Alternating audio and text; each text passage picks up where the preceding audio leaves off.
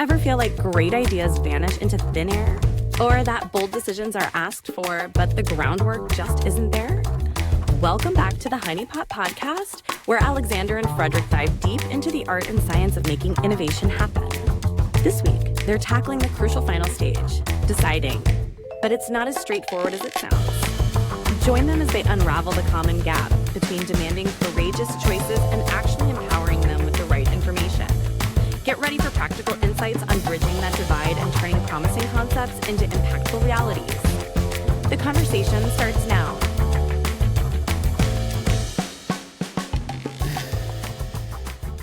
Good day and welcome to another episode of the Honeypot Podcast with me, Alexander Wennerberg, and my very decisive colleague.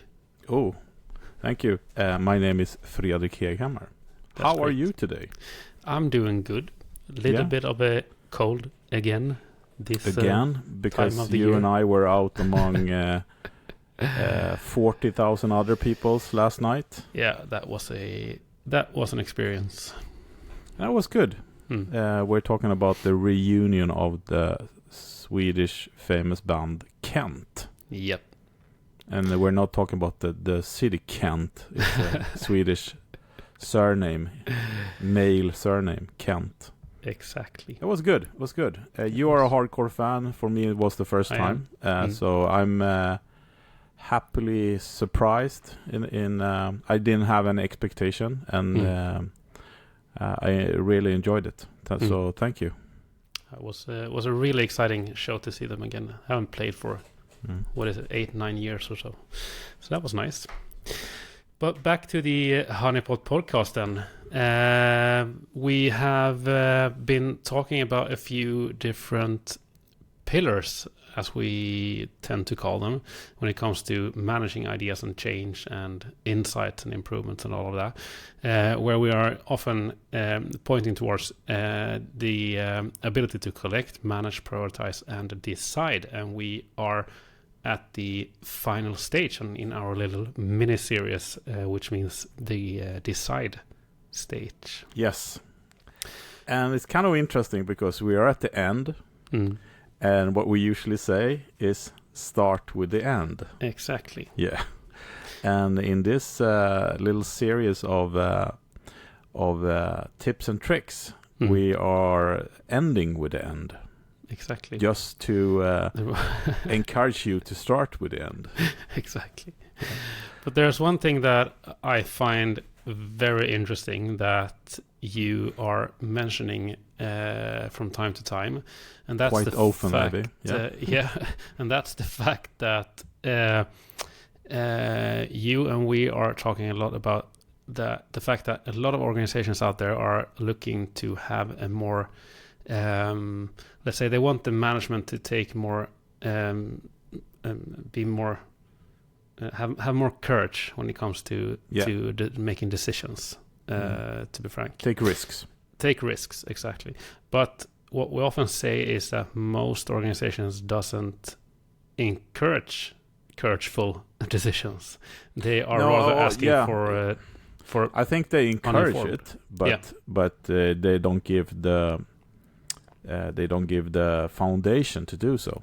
Exactly. I think maybe that is. I mean, I think all employees are like encouraged to be progressive and take calculated risks to achieve something better. But not many organizations are giving the foundation to do so.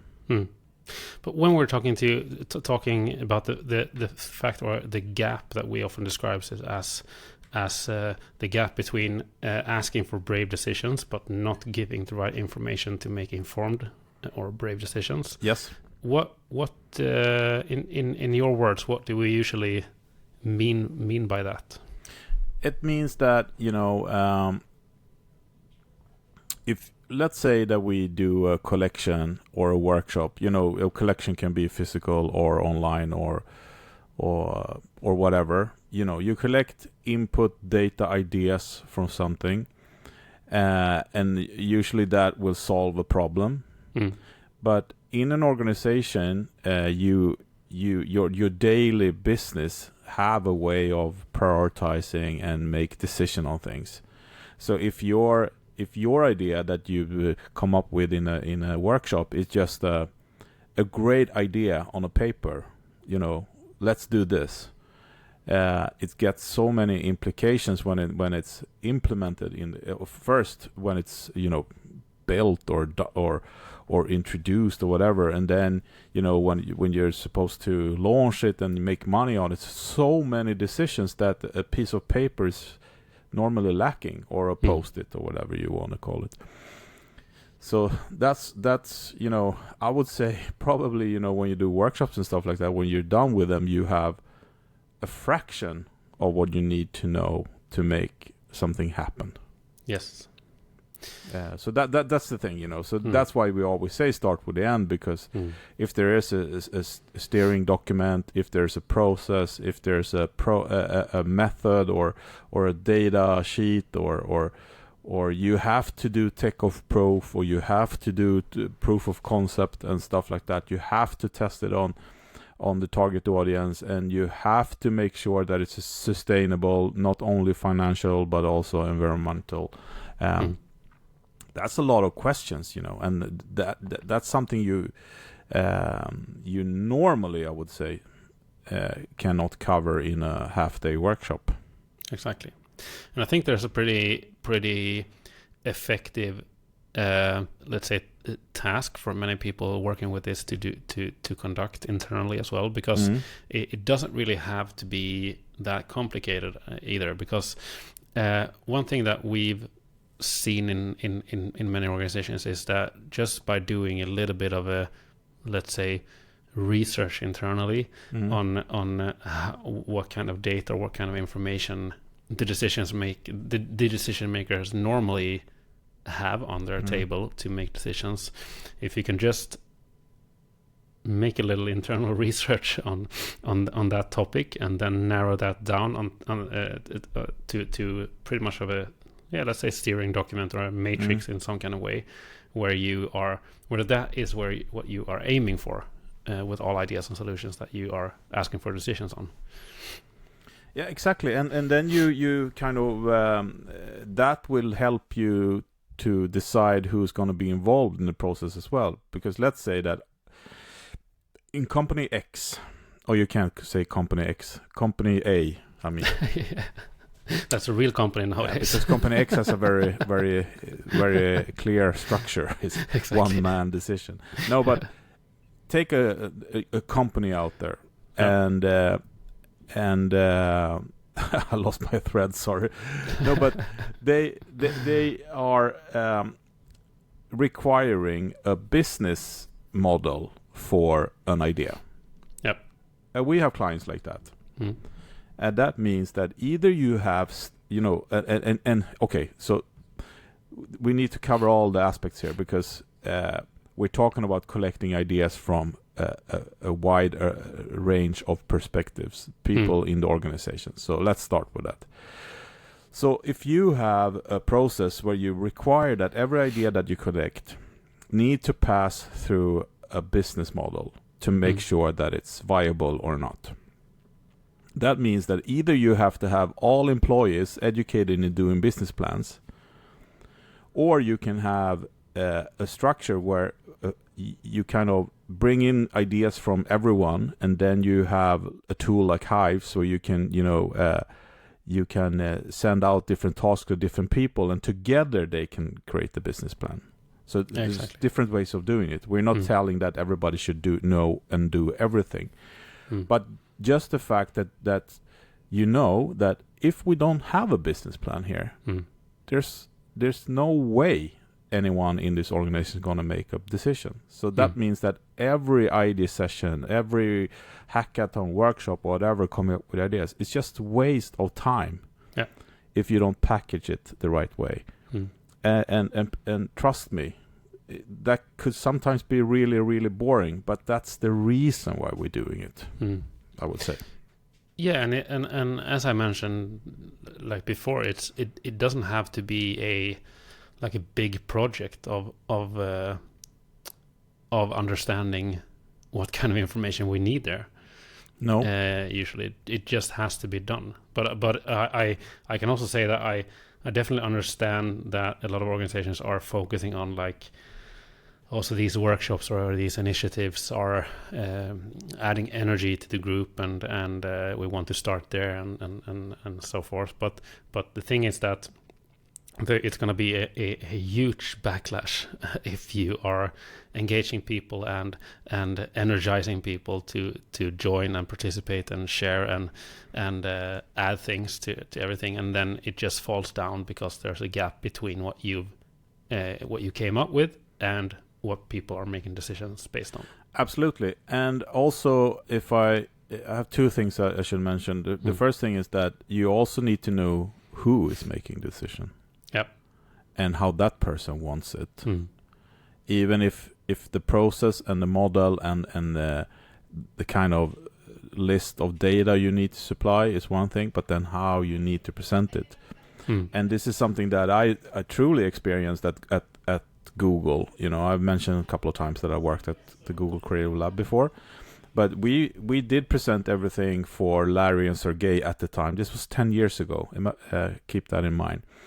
And we put stuff physically in a space they walked past every Thursday, you know, so it was not the best way of doing it. But then some brilliant person came up with, let's make a prototype video. And that kind of together, of course, with all the data, we also need to do business plans and stuff like that. But the initial idea and you know, the storytelling about the concept, the feeling of it was packaged in a 2-minute video, and you can send that to them and they can look at it, and if they get a feel for it, they were asking for the figures, and the cool thing was, like, the video was a part of a website we built for every project with the same format every time, with the same data every time, so they could, you know, compare apples with pears, and that was really successful, I would say. They are a fairly successful company, so it really works. So that was the best way to present for that person, because if you do a really Regis presentation, you know, 48 slides with business plan and everything, and then the decision maker, I mean the actual person, is always on the run, never time to read your stuff. What's the point, you know? It's just going to end up in a drawer anyway, unfortunately. Yeah. So you need to know your audience. I was about to say you need to know your enemies, but but then also, you know, being in 2025, which is great.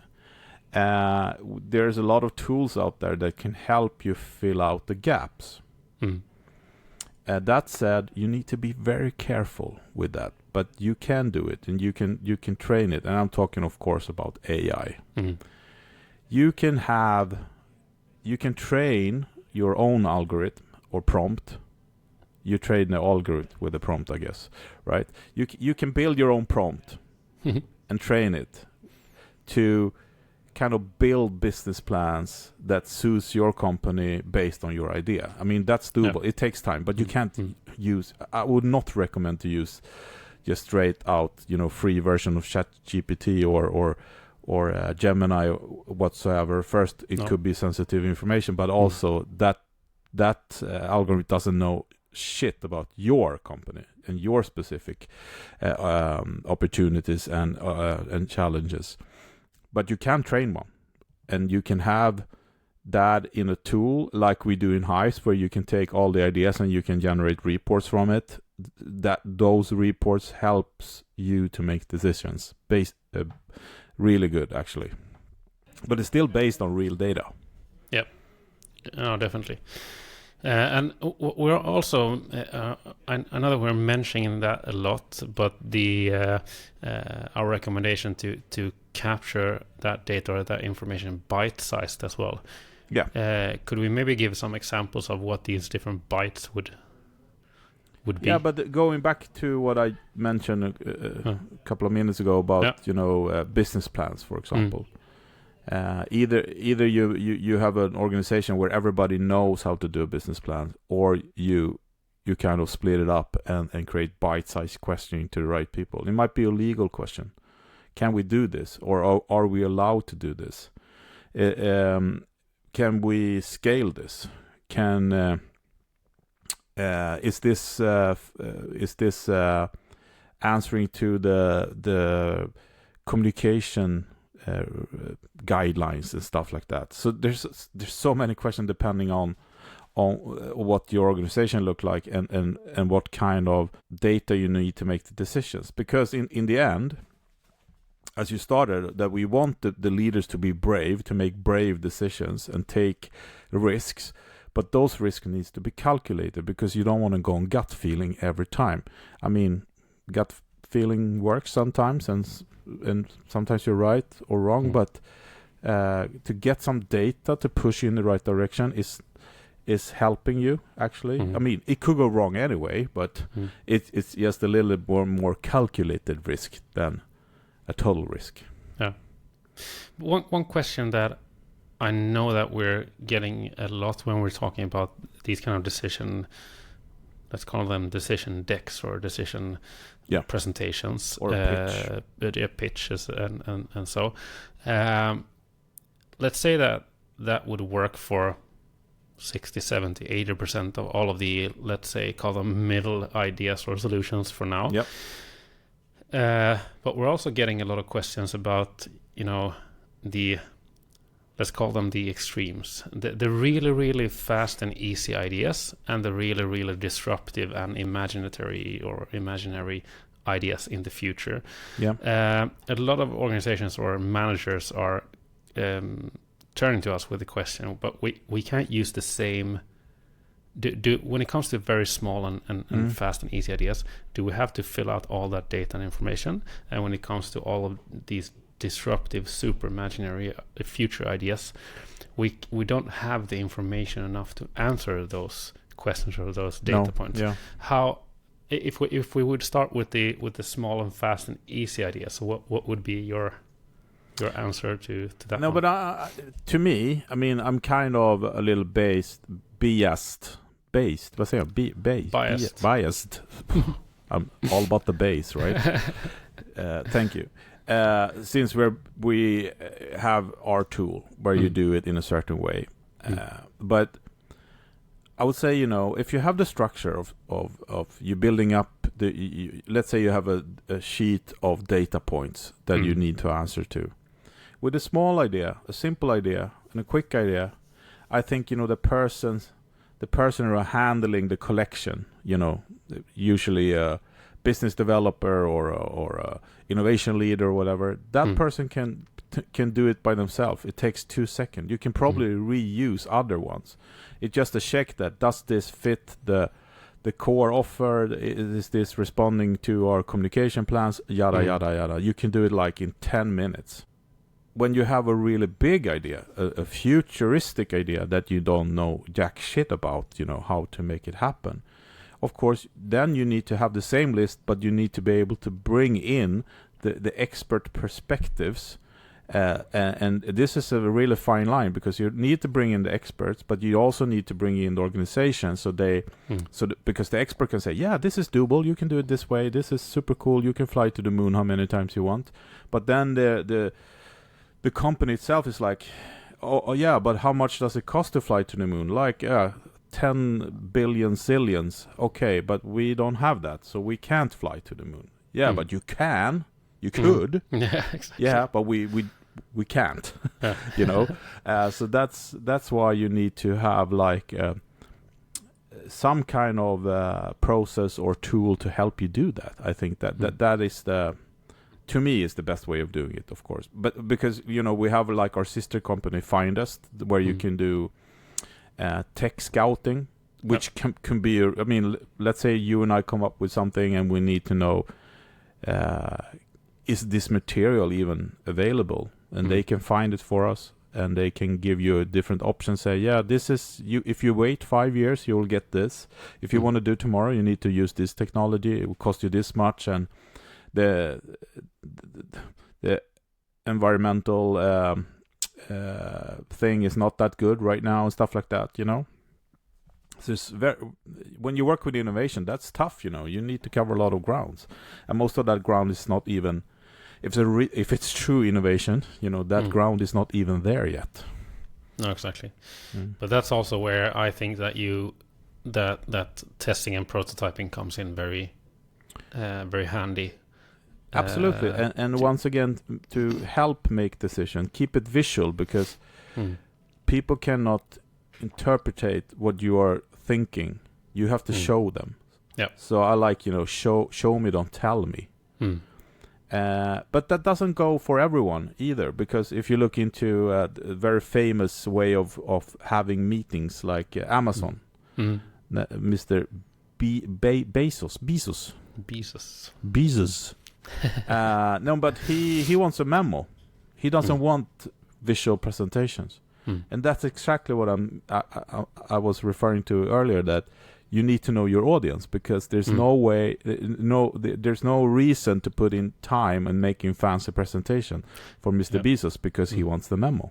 Yeah, exactly, and that's the thing. It all comes back to if you want to bridge the gap between ideas that you think are great and ideas that are getting decisions. It doesn't matter how great you think that the ideas are. If you can't present the ideas or the solutions in a format that the decision makers are used to make decisions based on, you will likely never get a decision. No, exactly, and I know also by fact that I've done it 1,000 times. Working with the development, or let's call it innovation for now, the unknown, and you skip steps. Sorry. You run really fast to cover a lot of ground, and you miss collecting a few data. If you have a structure where I need to have this 10 data points, but this time we are running so fast, so we can only give you 5 of them. But still, 5 is better than 0. Yeah, because not to be too let's say frank or mean to anyone out there, but from what I'm seeing, a lot of decisions that are being asked for they're not too far from a post-it note. It's like, all right, not a post-it note, but still, if you can just add some kind of like the base things, like the things that we usually recommend as a base level. What problem are we solving, for whom are we solving the problem, how can it scale, and then if you just add a few more like details on what's the timeline, what's the budget to test it, or no, but I was about to say that as well, because I see this like the double diamond, but it's more like different phases you have to go through, because start with the end. I really emphasize of doing that. Okay, so when we're done, we're going to have 4 documents, and those documents are full of data. But when we are doing the first phase of these 4 documents, we are only collecting data for one of them.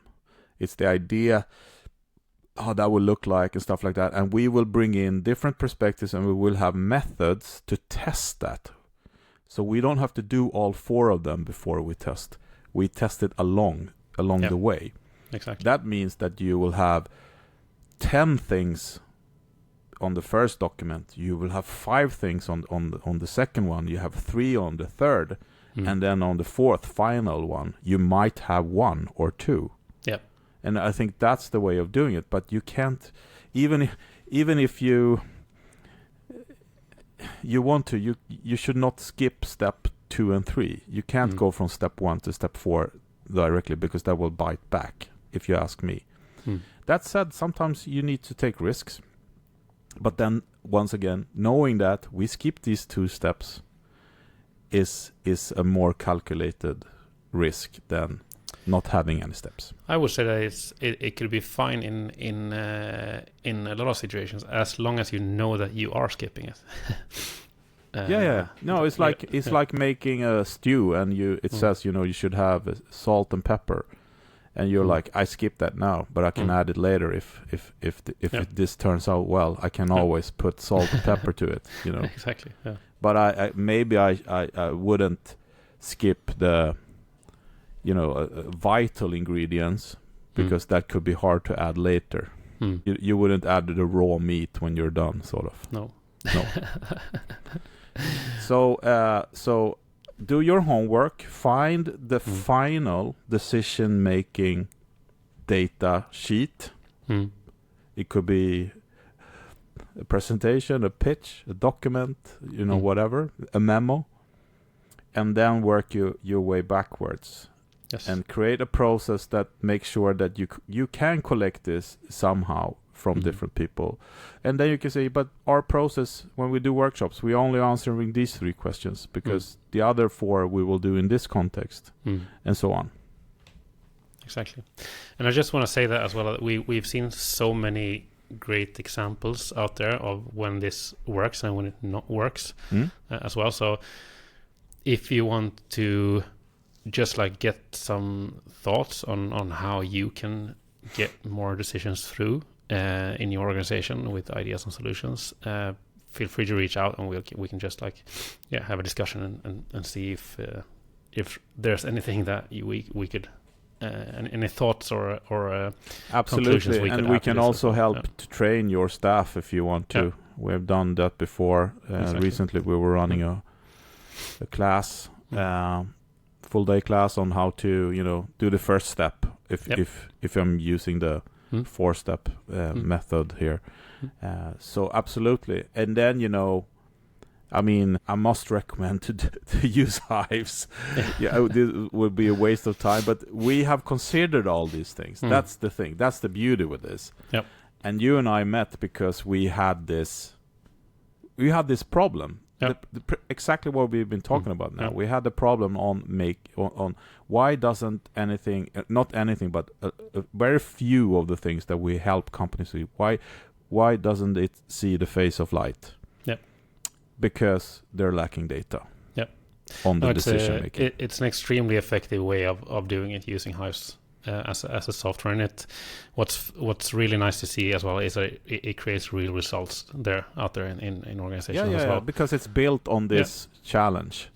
And we are answering to a problem that a lot of organizations are facing. So I would recommend it, because let's say you are the decision making and you have in the past made a couple of risky decisions and they all go to hell. You most likely will not do it the 3rd time. No. If you're not working in the US government, then you can do as many mistakes as you want to. Then it's just an ongoing sorry, I just had to. Ongoing thing to say that. And talking about that, the data is really safe in Hives. We are using the right technology to keep it safe. And you can definitely know very easily and visually who is invited to the collections.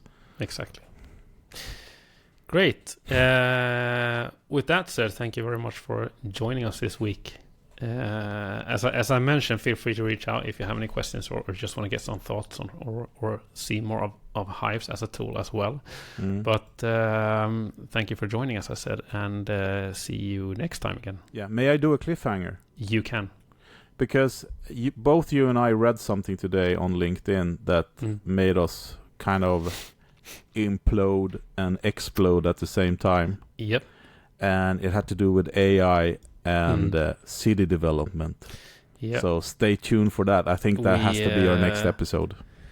It has to be. That's in so many ways the wrong path to go. Yeah, but so let's discuss. We will. Yeah. Great. See you next time. See you next one. Bye. Thanks for tuning in to this episode of the Honeypot Podcast, brought to you by Hives.co. We hope you found today's insights valuable and inspiring.